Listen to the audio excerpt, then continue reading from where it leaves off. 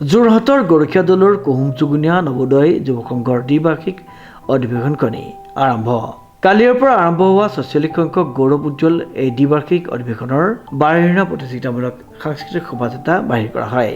এই শোভাযাত্ৰাত অংশ লয় বৃহত্তৰ অঞ্চলটোৰ বিভিন্ন বয়সৰ পুৰুষ মহিলাৰ পৰা আৰম্ভ কৰি আবাল বৃদ্ধ বনিতাই।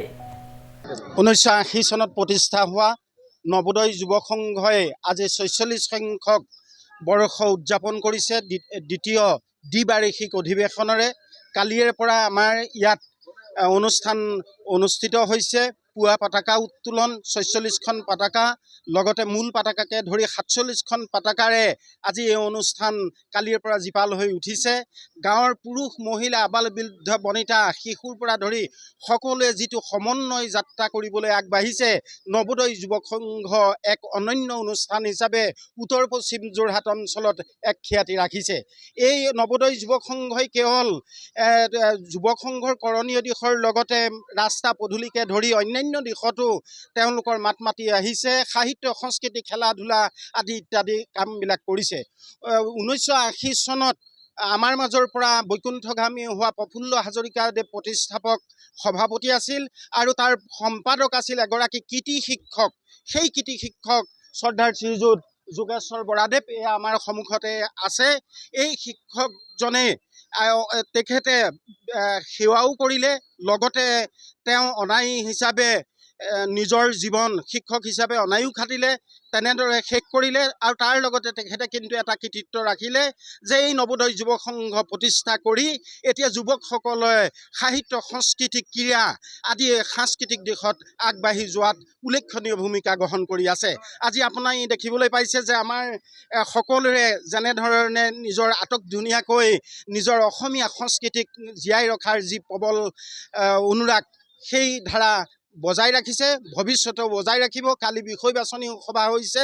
তেনেদৰে নৱোদয় যুৱ সংঘৰ প্ৰত্যেকজন যুৱক যুৱতীয়ে ইয়াত অংশগ্ৰহণ কৰিছে, মহিলাসকলে গ্ৰহণ কৰিছে আৰু লগতে ইয়াৰ অঞ্চলটোকো সামৰি ইয়াৰ যিখন আদৰণি সমিতি গঠন কৰিছে আৰু প্ৰত্যেককে অঞ্চল ভিত্তিক লোকসকলক প্ৰতিনিধিত্ব কৰি যি সমন্বয় যাত্ৰা ৰাখিছে, এই যাত্ৰা নৱোদয় যুৱ সংঘৰ ভৱিষ্যতৰ বাবে উদ্দীপ্ত হৈ ৰ'ব। এই সূৰ্য থাকে মানে নৱোদয় যুৱ সংঘ জীয়াই থাকিব। ৪৬তম বৰ্ষ অতিক্ৰম কৰিছে, অনাগত দিনত সোণালী জয়ন্তী বৰ্ষ অতিক্ৰম কৰিবলৈ গৈ আছে। আজি এই আপাতে সাংস্কৃতিক শোভাযাত্ৰা উদ্বোধন কৰা অৱসৰপ্ৰাপ্ত এছিষ্টেণ্ট ইঞ্জিনিয়াৰ প্ৰশান্ত শইকীয়াদেৱে এই সাংস্কৃতিক সন্ধ্যা উদ্বোধন কৰিছে।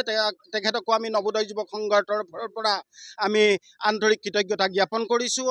আৰু অনাগত আজি সন্ধ্যালৈ সাংস্কৃতিক কাৰ্যসূচী হ'ব। নিৰ্দিষ্ট বক্তা হিচাপে এজন বোলছেবি অভিনেতা হিমাংশু বৰুৱা, প্ৰসাদ দাসদেৱ ইতিমধ্যে আহি আমাৰ মাজত উপস্থিত হৈছেই। এয়া হ'ল নৱোদয় যুৱ সংঘৰ প্ৰতি থকা আন্তৰিকতা। এই আৰু লগতে ডিব্ৰুগড় বিশ্ববিদ্যালয়ৰ উপাচাৰ্য মহোদয় ডক্টৰ জিতান হাজৰিকাদেৱ আমাৰ গাঁৱৰে, তেখেতো আজি ইয়াত অংশগ্ৰহণ কৰিব আৰু আপোনালোকে আজি এই মুকলি সভাত অংশগ্ৰহণ কৰি নৱোদয় যুৱ সংঘৰ এই আন্তৰিক প্ৰচেষ্টাক আপোনালোকে আদৰণি জনালে ভাল পাম আৰু অনাগত দিনতো নৱোদয় যুৱ সংঘই লোৱা কাম কাজক সমৰ্থন দি যাব বুলি সকলোকে অনুৰোধ জনাই আমি আমাৰ এই সাংস্কৃতিক কৰ্মসূচী ইতিমধ্যে শোভাযাত্ৰা কৰিলে তেখেতকো ধন্যবাদ জনালোঁ। লগতে আপোনালোকে আহি আমাৰ বা বাতৰি প্ৰকাশ কৰিবলৈ লোৱাত তাৰ বাবে আপোনালোককো ধন্যবাদ আৰু কৃতজ্ঞতা জনালোঁ। শ্ৰদ্ধাৰ উপস্থিত ৰাইজ, আজি নৱোদয় যুৱ সংঘৰ ৪৬তম বৰ্ষ অতিক্ৰম কৰিলে আৰু আজি দ্বিবাৰ্ষিক অধিৱেশন উপলক্ষে সাংস্কৃতিক শোভাযাত্ৰাৰ এই শুভ আৰম্ভণি কৰা হ'ল। এয়া আমি ঘোষণা কৰিছোঁ।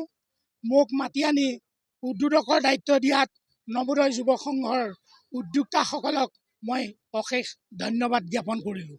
সত্যজিৎ বৰঠাকুৰৰ ৰিপৰ্ট, নিউজ নাও।